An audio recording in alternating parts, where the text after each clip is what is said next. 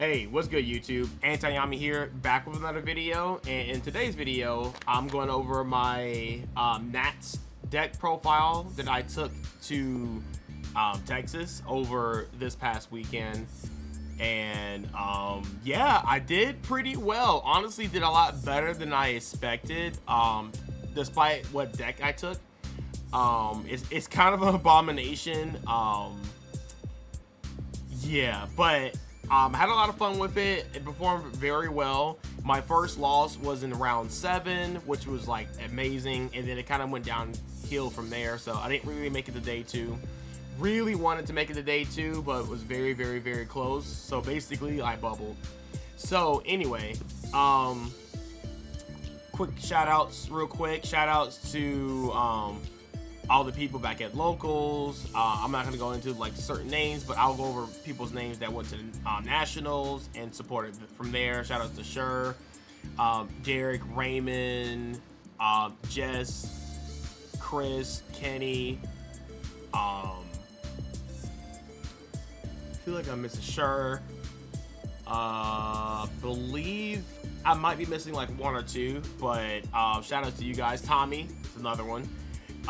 So yeah, so let's go ahead and hop into the deck profile. I'm not gonna make it too incredibly long, and I won't explain over everything, but hopefully you guys get the concept of it. And yeah, I'll probably take this either to the next regionals or to the case tournament and see how it does there. So yeah, it's a tough meta. It's very tough. All right, so starting with the Yubel cards, we got the Nightmare Thrones, double Grave Squirmer. I like one for like kind of like a follow-up type push, but sometimes hard drawing it is never bad, but I don't want to see too much of it, so I think 2 was perfect. Spirit Yubel, Incarnate, and regular Yubel, just 1 of each, because this is not a strictly full Yubel deck. It's also mixed in with a bigger Unchained package, so 1 Nightmare Pain, and that's it for the Yubel cards.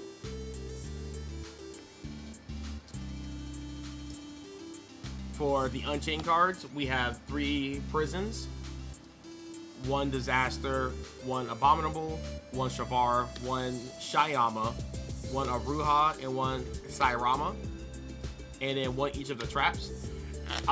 Very big Unchained package, and the good and bad thing about this engine in particular is that it turbos through hand traps. But as you guys can tell, Unchained cards can break on themselves at times. A lot of the times they do just play through everything, but there's some hands where you'll draw just like Abomination, or sorry, Disaster, or something like Shyama, and no way to discard because you're getting hand trapped in a certain way, or sometimes drawing Sairama in really awkward hands.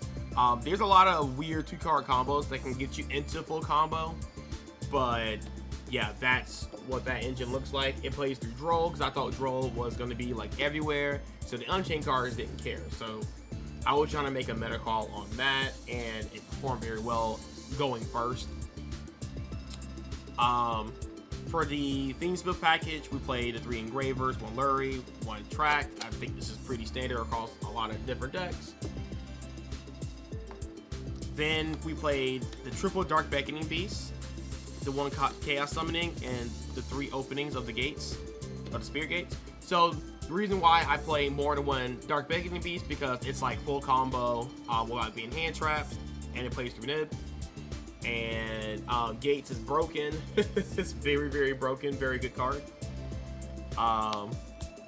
For the non-engine, we played triple Tactics Talents, and of course we went with the board breaker approach just because the nature of how the deck was being built. Double Thrust, triple Droplets, double Evenly Match, and double Dark Riddle No More. Going into extra deck,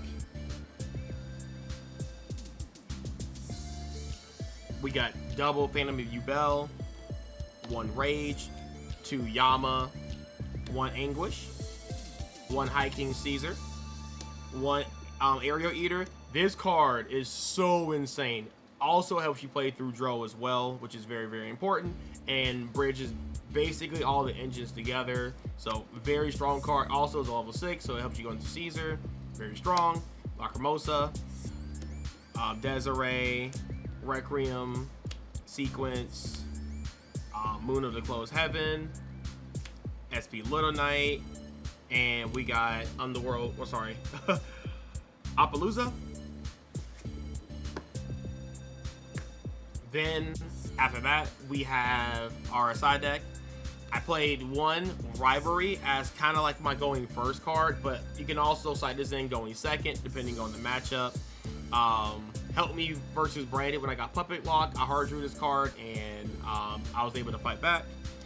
Bestials go crazy. I almost feel like I should probably play more of these Bestials. But for now, I do play the Druid Swarm and Magma move. They perform very, very well. Of course, we also play the triple DD Crow. DD Crow is very, very good into like the bad matchups.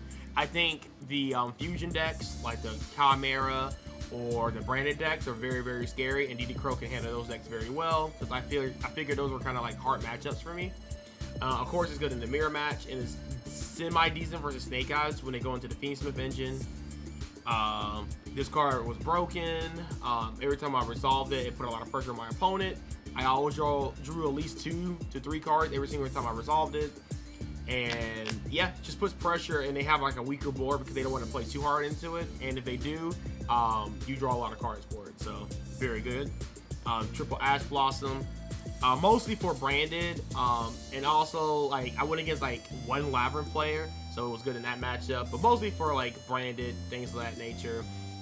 It's pretty decent versus like Yubel Fiendsmith because you can Ash the same sword the Lotus, which is really strong, and triple Imperm because Imperm is very good into the Snake Eye matchup. So yes, and that's pretty much it for the deck. Like I said, it performed very well. I don't know if I'll make any small changes or anything to the deck. I don't think this deck is perfect by any means, but I had to sit and think about any changes that could just improve the deck overall. Maybe slimming down just a little bit on the Unchained package and just treating it a little bit different.